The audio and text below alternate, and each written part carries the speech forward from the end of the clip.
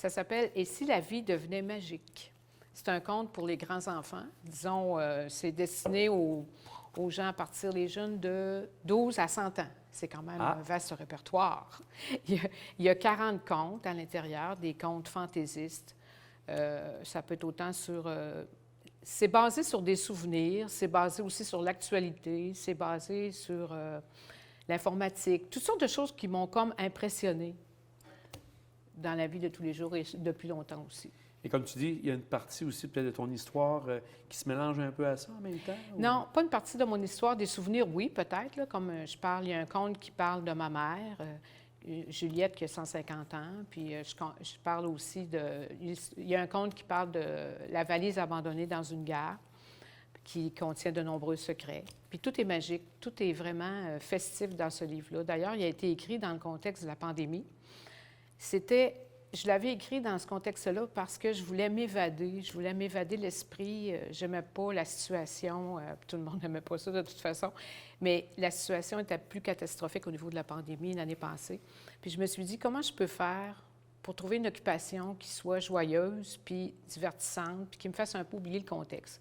Puis c'est de là qu'est venue l'écriture de mon livre. Donc, tu as voulu t'éloigner, comme tu dis, oui, du m'évader. Quotidien qui n'était pas nécessairement très, très joyeux. C'est Et là, ça. ça t'est venu les idées. Avais-tu déjà écrit des contes par le passé? Non, c'est la première fois que j'écrivais des contes. Fait que je voulais aussi explorer une nouvelle façon d'écrire parce que j'avais écrit un genre d'autobiographique avec Marie Delille, fille de boulanger. Ensuite, j'ai écrit des romans. J'ai écrit des personnages marquants aussi. Mais là, je voulais explorer la dimension plus poétique et philosophique aussi. Fait que je me suis basée sur... j'ai regardé des livres de contes d'enfants, ça fait drôle à dire, mais des livres de contes comme Cendrillon, Blanche-Neige, tout ça. J'ai regardé aussi, j'ai lu des livres de Félix Leclerc, puis pour m'inspirer aussi comment il s'y prenait, parce que je n'avais jamais écrit. J'en ai lu aussi de Fred Pellerin. Puis tout ça, ça m'a comme procuré une démarche littéraire pour être encore plus intéressante. Puis est-ce que la transition a été difficile pour toi de tomber avec un roman où tu relates une histoire, tandis que là, comme tu dis, tu as la partie poétique, tu as un conte à préparer. Est-ce que la transition est un peu plus difficile pour toi? Non, pas du tout. C'est bizarre parce que la pandémie m'a donné beaucoup d'inspiration. À tout moment, ça me venait à l'esprit. J'ai écrit un conte sur l'influenceur. J'ai écrit un conte sur Pic qui s'occupe de l'environnement, Pic étant un corbeau. Ça fait un peu éclater quand je dis ça comme ça, là. Mais quand on le lit, je pense qu'on a des messages philosophiques à travers ça. Fait que c'est ça qui est intéressant, les messages qui touchent l'amour, la douceur, la mélancolie, la mort, tout ce qui nous interpelle dans la vie de tous les jours. Et pour agrémenter ce livre de contes-là, j'ai aussi eu recours à des grands artistes, mes artistes préférés.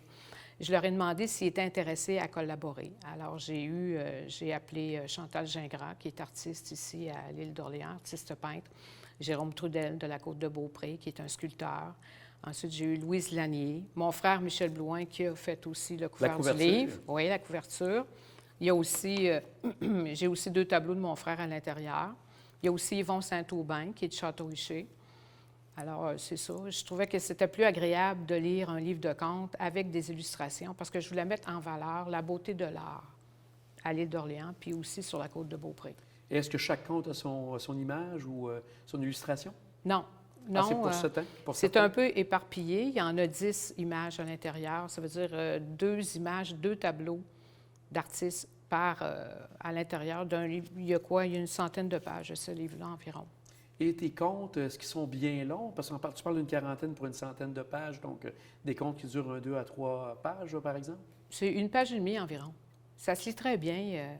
Je pense que les gens vont aimer ça, puis ça va apporter un peu de lumière dans leur vie. D'ailleurs, j'ai dédié mon livre à tous ceux qui ont été victimes de la pandémie, puis ceux qui ont perdu des êtres chers aussi. Je trouvais ça important de leur offrir quelque chose, puis de me faire plaisir aussi. J'ai beaucoup aimé d'explorer cette nouvelle façon d'écrire. Et on peut prévoir qu'il y en aura peut-être d'autres dans le futur? Peut-être, je ne sais pas. En tout cas, j'ai aimé ça. Fait que c'est possible que je continue dans ce sens-là aussi. Parce donc, que oui. C'est une 6e œuvre de ton côté que tu as préparée. Donc, il y avait les romans et tout ça. Oui. Est-ce que tu es en train de tabler sur autre chose actuellement ou tu vas te laisser porter par celui-là pour un certain temps? Je vais me laisser porter par celui-là pour un certain temps. On va voir, ça va dépendre de l'inspiration que j'ai. Pour l'instant, je consacre beaucoup de mon temps à faire du bénévolat, notamment pour la télé d'ici, Ben oui. que j'apprécie énormément. Tout à fait. Ensuite, pour le journal Autour de l'île, je suis vice-présidente de la Fondation François Lamy, puis je suis conseillère aussi à l'occasion pour la Fabrique de Sainte-Famille de l'île d'Orléans. On est en train d'ailleurs de monter une exposition à l'Église de Sainte-Famille, là. Et je participe à cette exposition-là aussi, en décrivant les tableaux, des statues, tout ça.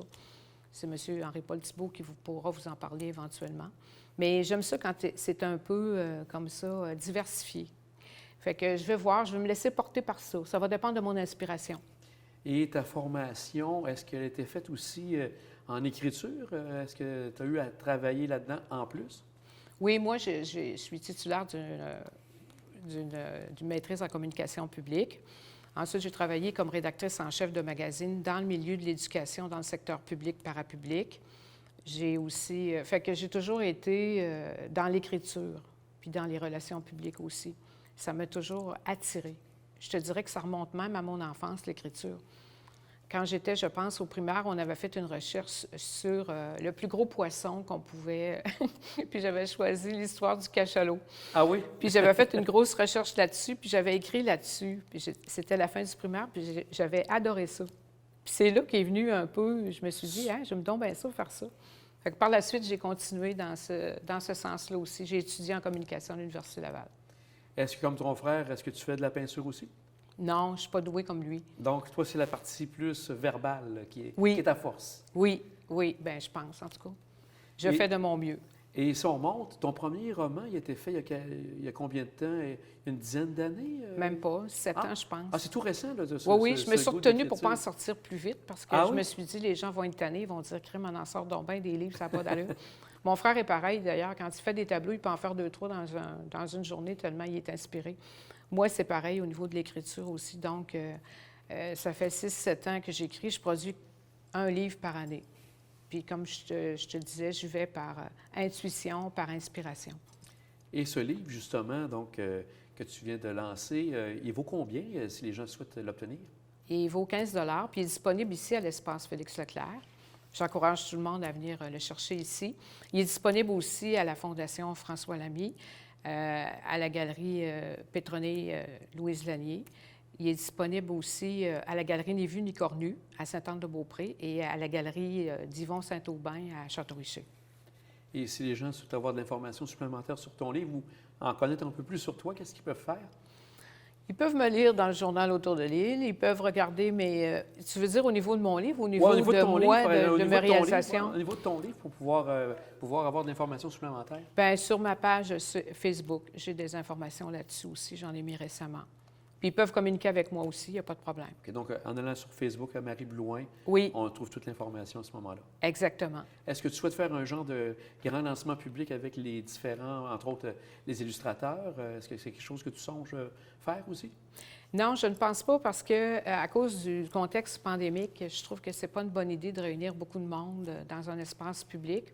Fait que je le distribue comme ça. Puis d'ailleurs, je remercie toutes les personnes, toutes les galeries qui m'ont permis de déposer mon livre, notamment ici à l'espace Félix-Leclerc. Sans eux, je ne pourrais pas le rendre disponible à la population. Mais je pense que les gens, ils vont aimer ça aussi parce qu'à l'intérieur de ce livre-là, il y a des contes qui se situent à l'île d'Orléans, sans nécessairement nommer la municipalité, mais ça se passe dans le contexte insulaire. Bien, Marie, on te souhaite une bonne chance avec ce livre, ton 6e ouvrage. Donc, félicitations et à très bientôt. Bien, merci beaucoup.